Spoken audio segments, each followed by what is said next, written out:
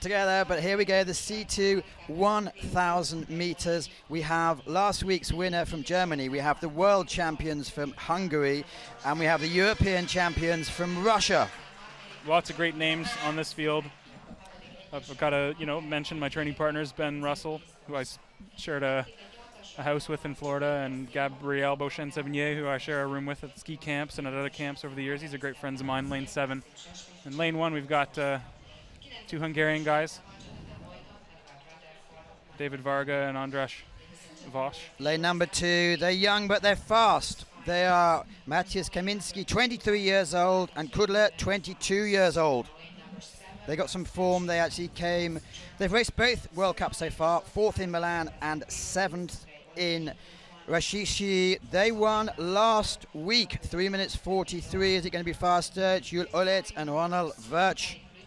Yeah, from Germany, another crew. The depth of the German canoe program is really, really impressive. You get a lot of new names up there. But on to lane 4, we've got Henrik Vasbányai from Hungary with his partner Róbert Mike. And they're the world champions at the moment. Róbert Mike, the poster boy here, whose name's all over the place. Here's a really, really interesting couple we have, as they say, the devil and the angel. Want to back that up? Why is that? I'll tell you in a second. But another couple of races. And here, your boys. Yeah, in lane 7 we've got Ben Russell and Gabriel Beauchesne-Sevigny. Of course, Gabriel Beauchesne-Sevigny raced with Ben's older brother Andrew for very many years. Dumitrescu and Mihalachi, they won the bronze medal in Milan this year. 2 teams from Russia. And before we leave them out, we do have a team from Cuba. Serguey, Miguel Torres and Carlos Bunez. They actually have a bit of a pedigree. They went to the Olympic Games and came 6th. What am I talking about with the Russians? Well, there's Alexey Korovashkov, who was out of his team at the end of last year for the Worlds because he had a bit of an altercation in a bar, broke his jaw, and was put to the sidelines a bit. But they are the European champions, and Ilya Pervukhin is the nicest guy on the team, apparently. Okay, so maybe that just balances out. They're a bit of a yin and yang situation there, right? I noticed the Canadians not wearing bandanas today. Hopefully the heads are warm and they're not going to get too cold out there. Are you mentioning something about their there's a lot lack of hair? No. I just saw a lot of bandanas, and the Canadians didn't opt for it. And I think they're liking the warmer conditions, being from a colder country. And I guarantee they have some sunblock on their heads just in case they're concerned. And the they've actually borrowed some zinc from the Aussie team. Second Russians we haven't actually mentioned now is Ilya Shtokalov and Mikhail Pavlov. Last week, Shtokalov came 4th in the C1 and Pavlov came silver, took 2nd place in the C1 500. Shtokalov was 1,000 meters. Actually, this weekend they're going in the 200, 500, 1,000 meters. Impressive lineup for the Russians. The Russian and the German, as I mentioned, the German depth in their canoe program is impressive, but I think it may be rivaled only by Russia's. The number of athletes they can field at a World Championship or World Cup is truly amazing. The German Olympic champions are not actually competing. The boys are off. In your screen now, we've got the we've got the whole field now. Everybody driving hard out of the blocks.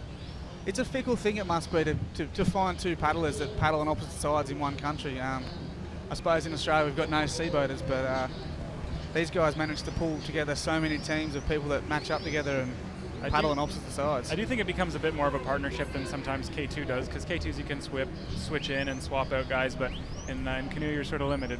But you've got to go looking for the lefty if you're a righty or vice versa. Absolutely. It's a bit tricky there. Yep. In lane 3 and lane 8, I think we've got Romania and Germany seeming to push the pace, but it's pretty straight across after 250 meters. That's 3 crews, also Romania the Hungarians in lane 1. Mainly having memories, Romania 2011 World Championships, they won the C2 500 gold, so they certainly have good memories from here.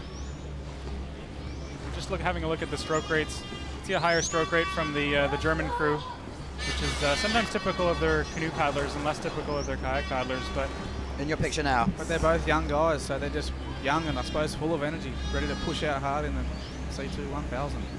In lane 5, Russia, Alexey and Ilya. I think is that the devil and the angel? Absolutely. Okay. The devil and the angel. That's a cracking team, man.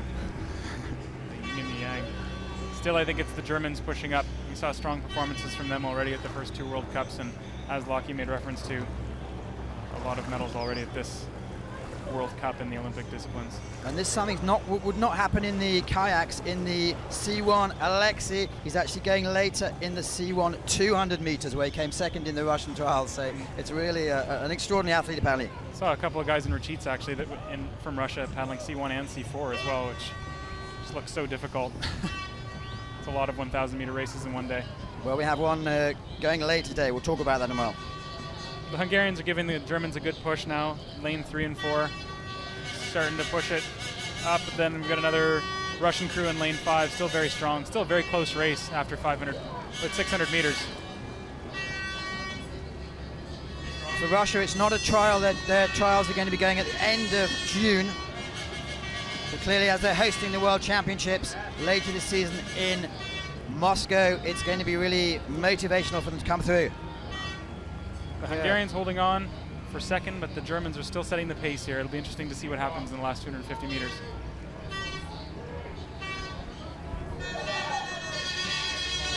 As I was saying in K2, sometimes when you really step on the gas in K2, the speeds can just change, and we'll see if that's the same case in C2.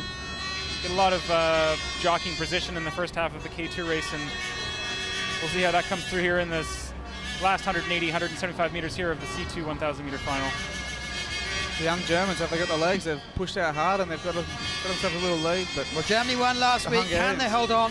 Stroke rate still high. The German crew still reaching really far forward.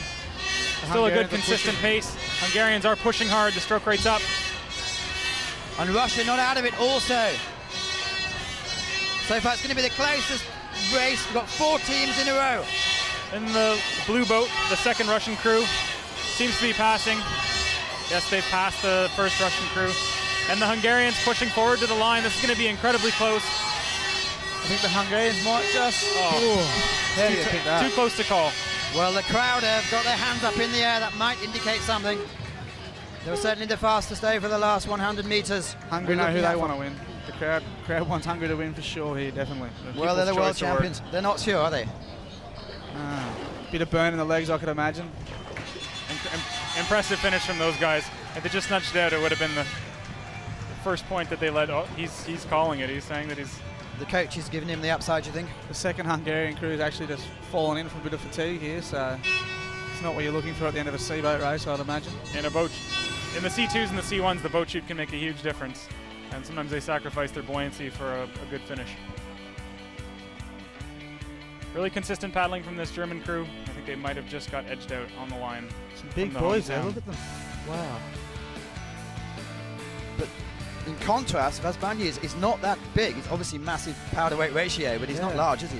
No. Here we go. And that's impossible to call from here. This is, in races like this, I mean, the line is thicker than the margin of victory. Yeah. That's difficult to call. And then you have to start wondering if we should go up to the start line and measure how close the gates are, because I mean... If they take the time, it's because they want to get the correct answer.